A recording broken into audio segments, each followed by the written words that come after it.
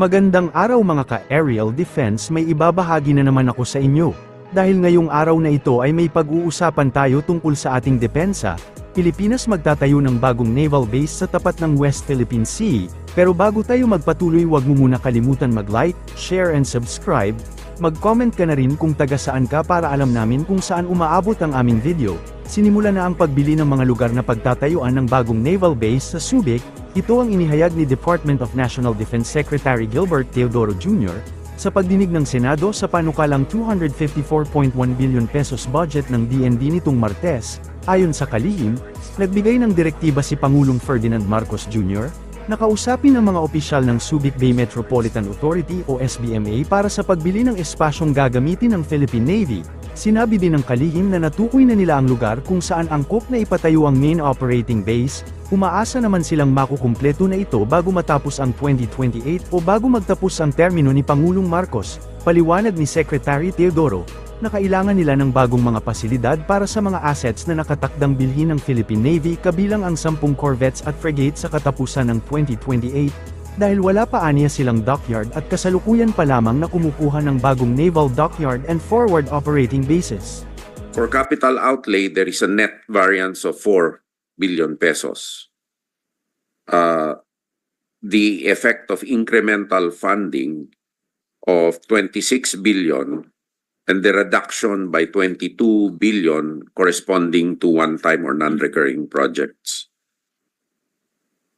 It will be used for and badly needed for additional facilities, equipment, and works, expansion of existing programs, new programs, basically, Your Honor, new facilities and mobility requirements to support the capabilities that we are going to acquire.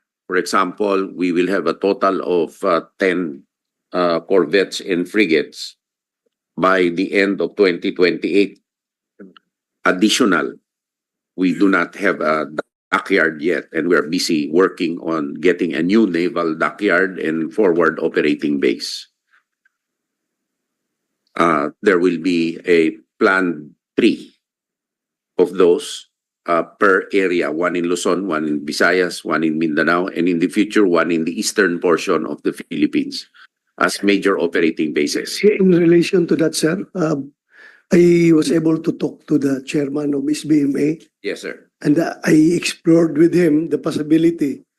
Ngayong iniwan nga ng Hanjin na facility doon, sabi ko nga, instead of yung Navy natin is renting 1 billion, 1.1 billion a year, why not hindi na dadaan dapat sa third party? SBMA, tapos Navy na lang diretso ang mag-renta, pero sabi niya, it's legally impossible dahil yun nga, mayroon ng may-ari. May nag-assume daw sa property ng Hanjin, and so sabi nila, instead of mag-interest tayo doon sa Hanjin, baka pwede daw kayo bibigyan ng another area doon sa SBMA, within SBMA, for you to develop, para hindi tayo magrenta na ganun kalaking halaga. Later siguro, buhusan natin ang capital outlay na malaki, then afterwards, MOA na lang magpapatakbo niyan ng siguro mas mababa kaysa 1 billion a year. Yes, sir. Your Honor, the suggestion of the chairman is well taken. As a matter of fact, we already have a presidential directive to talk to them. Firstly, the most important thing about the Hanjin is it is not suitable as a naval base. It is not suitable as a naval base because it is a dockyard. Secondly, it was built for Panamax vessels and not our naval vessels, so the dock is too big. However, we had identified an area which is suitable for a main operating base. We have gotten presidential approval to pursue the process of acquiring the area, and we hope to have it completed by the end of 2028, Your Honor. And I think the area to be vacated by the Philippine Navy can be leased out to other locators without any loss of income. Thank you, sir. Senator JB, you want to add? Mr. Chair, I happen to defend the budget of SBMA, no, and I also had the chance to go to the former Hanjin facility now being used for the as a naval facility. Medyo marami-rami pang pagagawa doon. As mentioned by the DND Secretary, it was not really meant to be a naval base, no? Talagang pang shipbuilding siya, dockyard. SBMA, according to them, will be willing to accommodate the Philippine Navy. Kasi po, Mr. Chair, Subic Bay is already a formal naval facility. May mga bunker na roon at lahat mga dating gamit na pwede namang it can be considered, but we will listen to what the Navy and the IAFP would recommend, and be rest assured that we will support, no? Kasi nga po sayang naman yung 1 billion that we are paying the third party now that is in charge of Hanjin. So we hear the need of the support, no, yung as mentioned by the DND Secretary. Hindi man pwedeng pagbili natin ng corvettes, frigates, yun na yun eh. We need the support facility, no, for those vessels and the new equipment that we will be acquiring. So Yes, sir. siguro probably we can hear and probably send this committee yung pong proposed new naval base, no, that will be used for yung tatlong binanggit po ng ating pong DND Secretary, no, sa eastern, dito sa atin sa northern, and somewhere else, no. Yes, sir. And we be rest assured that we will need to of course sa western area, no, dun sa Yes, sir. West Philippine Sea area. Be rest assured, Mr. Chair, that we will do our best to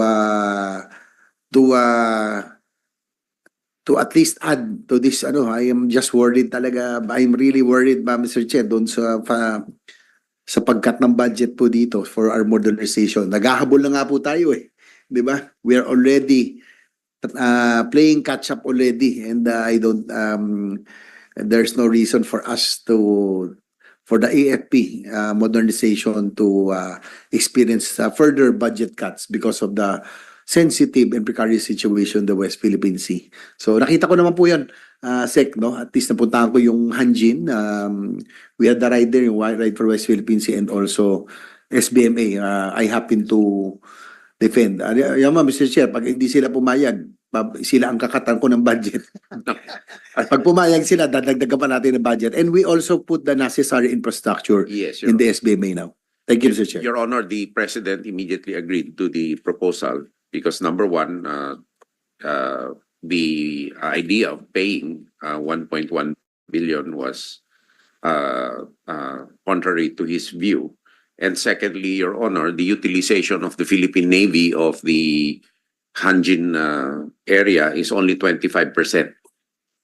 But because it's really not usable. But it is a matter of urgency because Fort San Felipe and Sangli Point are not practical naval bases anymore, Your Honor.